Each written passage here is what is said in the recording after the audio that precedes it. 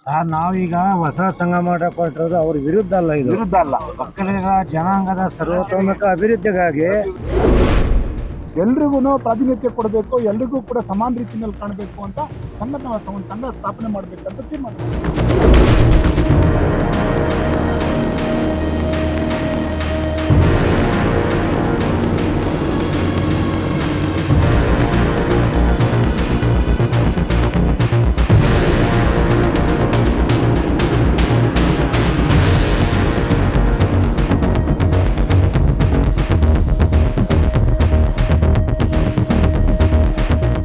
Sir ನಾವೀಗ ಹೊಸ ಸಂಘ ಮಾಡಕ್ ಹೊರಟಿರೋದು ಅವ್ರ ವಿರುದ್ಧ ಅಲ್ಲ, ಇದು ವಿರುದ್ಧ ಅಲ್ಲ. ಒಕ್ಕಲಿಗರ ಜನಾಂಗದ ಸರ್ವತೋಮುಖ ಅಭಿವೃದ್ಧಿಗಾಗಿ ಮತ್ತೆ ಒಕ್ಕಲಿಗರ ಸಂಘದ ಅಭಿವೃದ್ಧಿ ಪ್ರಾಧಿಕಾರ ಅಂತ ಒಂದಿದೆ. ರಾಜ್ಯ ಸರ್ಕಾರ ಕೋಟ್ಯಾಂತರ ರೂಪಾಯಿ ಅನುದಾನ ಅದಕ್ಕೆ ಕೊಡ್ತದೆ.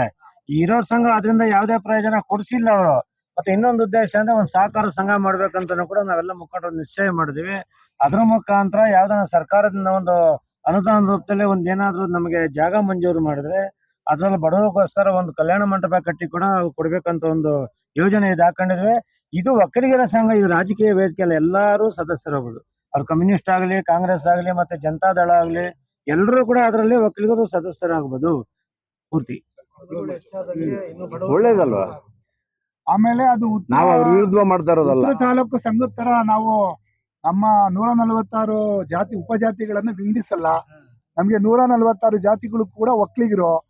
ಅಲ್ಲಿ ನಾಮದಾರಿ ರೆಡ್ಡಿಗಳು ಇರ್ಬೋದು, ವಸತಿಯವ್ರ ಒಕ್ಕಲಿರ್ಬೋದು, ಬಂಜೆಯವ್ರ ಒಕ್ಕಲಿರ್ಬೋದು, ನಾವ್ ಎಲ್ರು ಕೂಡ ಒಕ್ಕಲಿಗರು ಅಂತ ತೀರ್ಮಾನ ಮಾಡಿದೀವಿ. ಇವ್ರು ಹೇಳೋ ಹಾಗೆ ಕೇವಲ 4-5 ಜಾತಿಯವ್ರು ಮಾತ್ರ ಒಕ್ಕಲಿಗರು ಅಲ್ಲ.